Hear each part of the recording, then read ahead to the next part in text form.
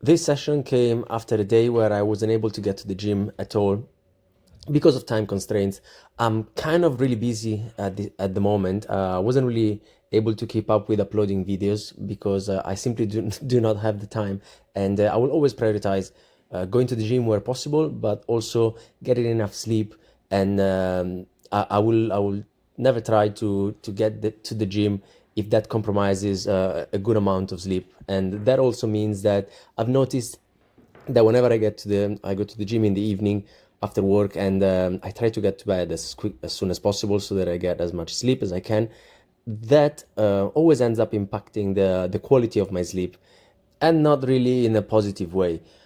I know that I shouldn't rely too much on the tracking of any wearable, but still, I do feel that sometimes when I wake up in the morning, I'm not really that rested.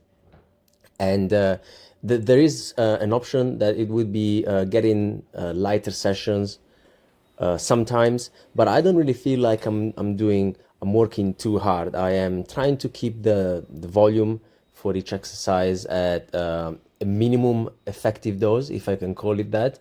I will not really do more than 2 sets on most exercises. So in here, what I wanted to do was also getting something done from the day that I missed.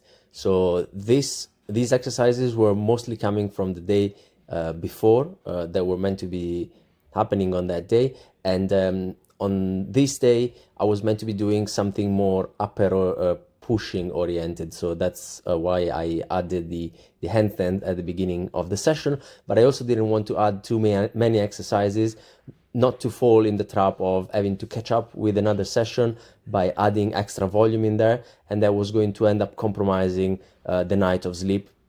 So it's a tricky and fine balance, and I will take some losses sometimes. It's not a big deal if I can also think in a way that kind of preserves the quality and the quantity of sleep that I can get in, if that makes any sense.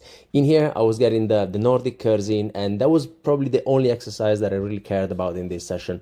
It didn't come at the beginning because I feel like I don't mind doing some rowing before, because it doesn't really end up impacting the work on the Nordics anyways. And the first set that I did was on higher reps, and I was allowing myself to get a bit more of a hip flexion going on in there. But the other 2 sets that I did, they were as strict as possible for low reps. I got 3 good reps on both these hard sets for low reps, and I'm really happy with the way that they looked actually. Ciao.